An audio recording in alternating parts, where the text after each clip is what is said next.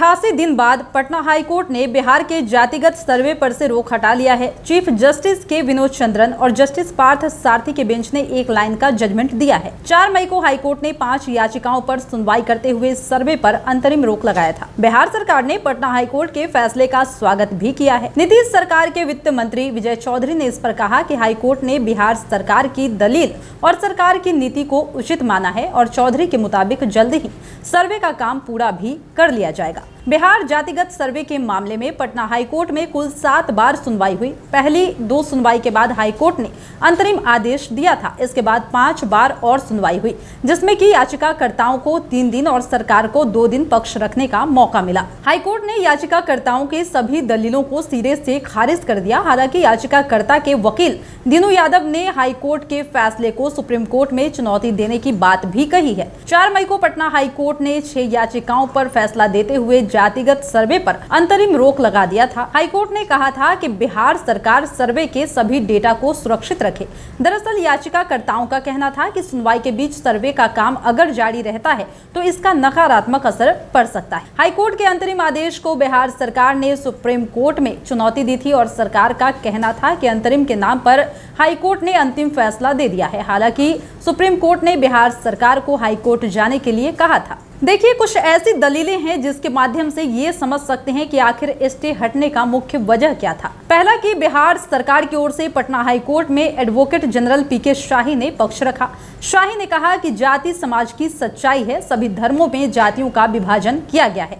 College से लेकर नौकरी के पेशे में भी जातियों का जिक्र जरूरी होता है। ऐसे में जातिगत सर्वे को यह कहकर खारिज कर देना कि यह समाज में दूरियां पैदा करेगी, गलत होगा। शाही ने कोर्ट से कहा कि सर्वे का उद्देश्य आम नागरिकों के संबंध में आंकड़े को एकत्रित करना है, जिसका उपयोग जनता के कल्याण के लिए किया जाएगा। बिहार सरकार ने यह साफ कहा कि गणना को किसी दायरे में लाना उसके उद्देश्य को सीमित कर देगा। दूसरे पक्ष की ओर बढ़ते हैं तो याचिकाकर्ताओं ने दलील देते हुए कहा कि 1931 में भारत में पहली बार जातिगत सर्वे हुआ था। उस वक्त देश में 74 जातियों को रिकॉर्ड में लाया गया था। बिहार सरकार के कथित सर्वे में 215 जातियां रिकॉर्ड में है।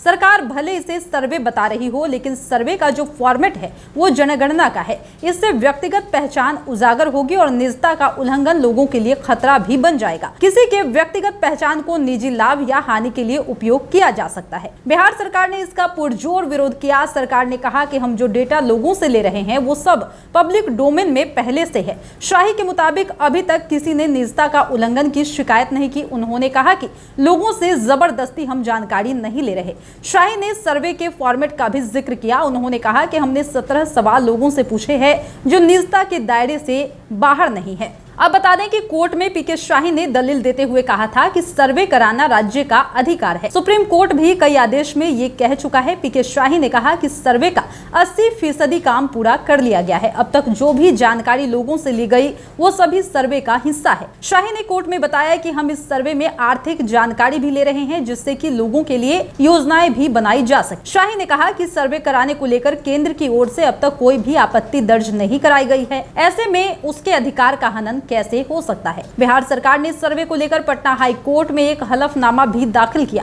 शाही ने कोर्ट में कहा कि ट्रांसजेंडर को अलग अलग जातियों में नहीं बांटा जा रहा। इमरजेंसी फंड की बात बेबुनियाद है। सरकार ने सर्वे के लिए अलग व्यवस्था की है। याचिकाकर्ताओं ने अपने दलील में कहा था कि सर्वे का डेटा ऑनलाइन तरीके से जुटाया जा रहा है जो लीक हो सकता है। इस पर बिहार सरकार ने कहा कि डेटा सुरक्षा की जिम्मेवारी हम लेते हैं। बिहार सरकार ने सर्वे करने वाली एजेंसी का नाम भी हाईकोर्ट के सामने पेश किया। साथ ही एजेंसी कामकाज के तरीके के बारे में भी कोर्ट को जानकारी दे दी गई। जातिगत सर्वे के खिलाफ सुप्रीम कोर्ट में 5 याचिका दाखिल की गई थी, जो कि एनजीओ यूथ फॉर इक्वलिटी, साथ ही एनजीओ सोच एक प्रयास, रेशमा प्रसाद, अखिलेश कुमार और मुस्कान कुमारी ने अलग अलग दाखिल की थी। सुप्रीम कोर्ट ने सभी याचिकाओं से हाईकोर्ट जाने के लिए कह दिया था। इसके बाद हाईकोर्ट ने सभी 5 याचिकाओं को मर्ज कर एक साथ सुनवाई शुरू कर दी थी और याचिका में केंद्र सरकार को भी प्रतिवादी बनाया गया था। बता दें कि एनजीओ यूथ फॉर इक्वालिटी जातिगत आरक्षण के खिलाफ पहले भी कोर्ट में याचिका दाखिल करता रहा है।